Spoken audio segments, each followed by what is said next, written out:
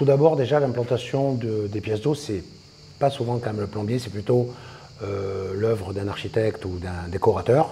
Mais il y a quand même certaines règles à respecter.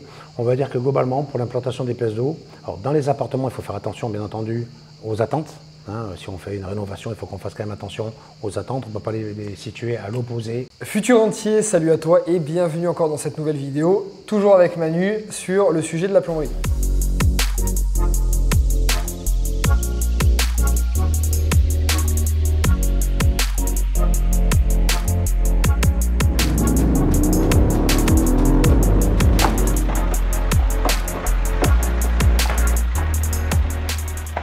Alors, je te rappelle, c'est le but de ces vidéos, si jamais tu me découvres, merci de me rejoindre. En gros, je construis 2 maisons actuellement, on est sur le chantier de l'une d'elles et j'ai décidé de te découper la construction en des centaines d'étapes pour que tu puisses avoir et prendre des informations sur toutes les étapes du projet. Là, on est sur la partie plomberie, on est sur l'implantation des pièces d'eau. Manu, quel conseil tu peux leur donner pour implanter ces pièces d'eau au tout début du projet? Qu'est-ce qu'ils doivent faire? Alors, bonjour. Alors, tout d'abord, déjà, l'implantation des pièces d'eau, c'est pas souvent quand même le plombier, c'est plutôt l'œuvre d'un architecte ou d'un décorateur. Mais il y a quand même certaines règles à respecter. On va dire que globalement, pour l'implantation des pièces d'eau, alors dans les appartements, il faut faire attention, bien entendu, aux attentes. Si on fait une rénovation, il faut qu'on fasse quand même attention aux attentes. On ne peut pas les situer à l'opposé. Quelles sont les attentes? On en a parlé dans la précédente vidéo, mais s'ils ne l'ont pas vu, on va détailler.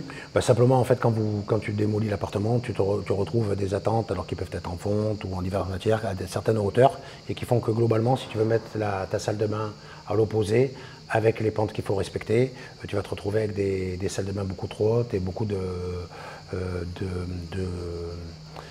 contraintes en fait lors de la réalisation pour la réalisation de ta salle de bain. Donc c'est vrai qu'il faut tenir compte sur une rénovation des attentes existantes et de se mettre quand même relativement plus près des attentes existantes pour ne pas se retrouver avec des hauteurs et trop d'inconvénients lors de la réalisation du chantier. En gros, ces attentes, c'est quoi? C'est des tuyaux qui sont dans le mur? Globalement, tu as des gaines techniques qui regroupent les attentes de tous les appartements. Si elles se retrouvent, généralement, elles ne sont pas complètement à ras le sol, elles se retrouvent un petit peu 5-10 cm du sol. Si tu te retrouves à mettre une salle de bain à 10 mètres à l'opposé et tu vas te retrouver avec une douche complètement surélevée et beaucoup de contraintes pour passer les tubes dans les cloisons ou sur les périphéries. Voilà. Il faut quand même tenir compte de l'existant. D'accord. Ça, c'est bon. Ça, pareil, quand vous consultez un plombier, c'est relativement les premières choses qu'il va te conseiller, c'est de te dire voilà, écoute, moi je mettrais plutôt la salle de bain à cet endroit.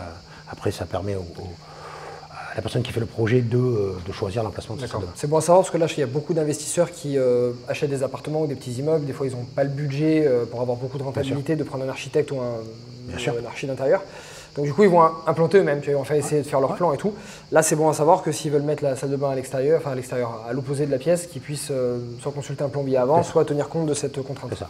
D'accord. Après, quand on fait du neuf, pour moi, au niveau du rez-de-chaussée, quand il y a l'existence d'un vide sanitaire, on peut quasiment tout faire, puisque on pourrait se retrouver à mettre un WC, une salle de bain à quasiment n'importe quel endroit. Quand on est à l'étage, il faut faire attention, tout ce qui est WC, tout ce qui est baignoire, il faut plutôt essayer de les mettre en périphérie, parce que quand on se retrouve avec un WC au milieu d'une pièce, ça veut dire qu'à l'étage dessous, on fait descendre le faux plafond pour l'évacuation, donc il faut tenir compte de toutes ces obligations. Voilà, lors de l'implantation d'une maison. Tu dis en périphérie, c'est donc du coup pour pouvoir les mettre sur les murs, pour pouvoir mettre les mettre sur les murs, voilà, en périphérie sur les murs, pour pas que ça impose de descendre. Alors ça dépend, il y a des maisons où on a des brutes qui sont relativement élevées et ça pose pas de problème d'avoir un gros faux plafond.